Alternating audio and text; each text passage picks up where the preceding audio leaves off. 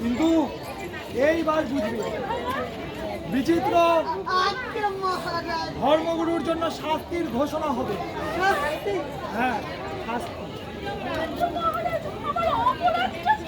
আপনার অপরাধ, আপনি আমাকে বিপাকে ফেলেছেন। শুধু আমাকে নয়, আমার প্রিয় গ্রামবাসীকে আপনি ভুল পথে যেতে বাধ্য করেছেন। তাই আজ থেকে আপনাকে এই ধর্মগুরুর পদ থেকে আমি বরখাস্ত করার নির্দেশ দিলাম। এবং হ্যাঁ, এর সাথে আপনাকে আমি আগামী 10 বছরের জন্য অন্ধ কুঠুরিতে নিক্ষেপের আদেশ দিলাম।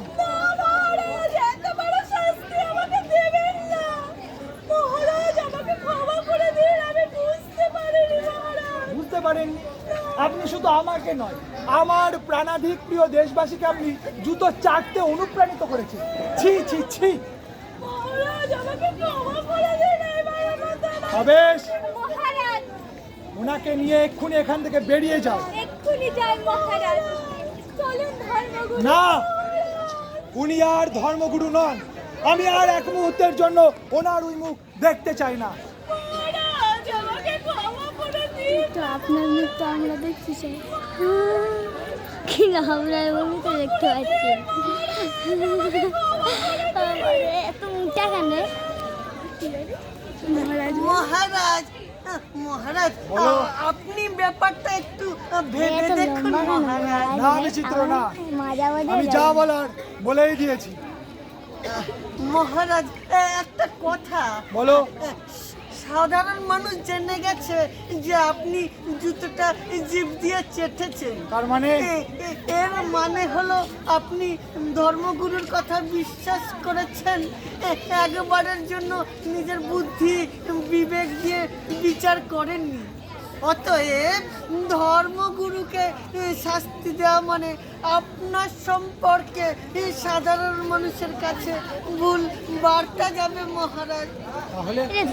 তাহলে এখন উপায়? হ্যাঁ, উপায় একটা আছে মহারাজ। উপায় আছে? উপায় আছে। কি উপায় বিচিত্র? হ্যাঁ, এখন চুপচাপ থাকাটাই বুদ্ধিমানের কাজ মহারাজ। সময়ের সাথে সাথে মানুষ সব কিছু ভুলে যায় মহারাজ। তুমি একদম ঠিক কথা বলেছো। তোমার সূক্ষ্ম মস্তিষ্কে সত্যি বুদ্ধি আছে বিচিত্র। দাঁড়াও দাঁড়াও।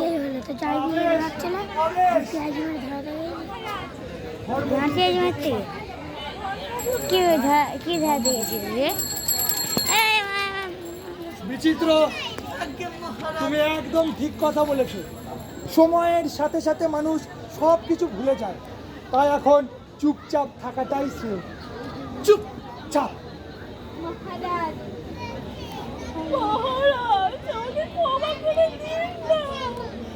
ধর্মগুরু, আমি সিদ্ধান্ত নিলাম আপনি আপনার কাছে আবার বহাল থাকিলেন।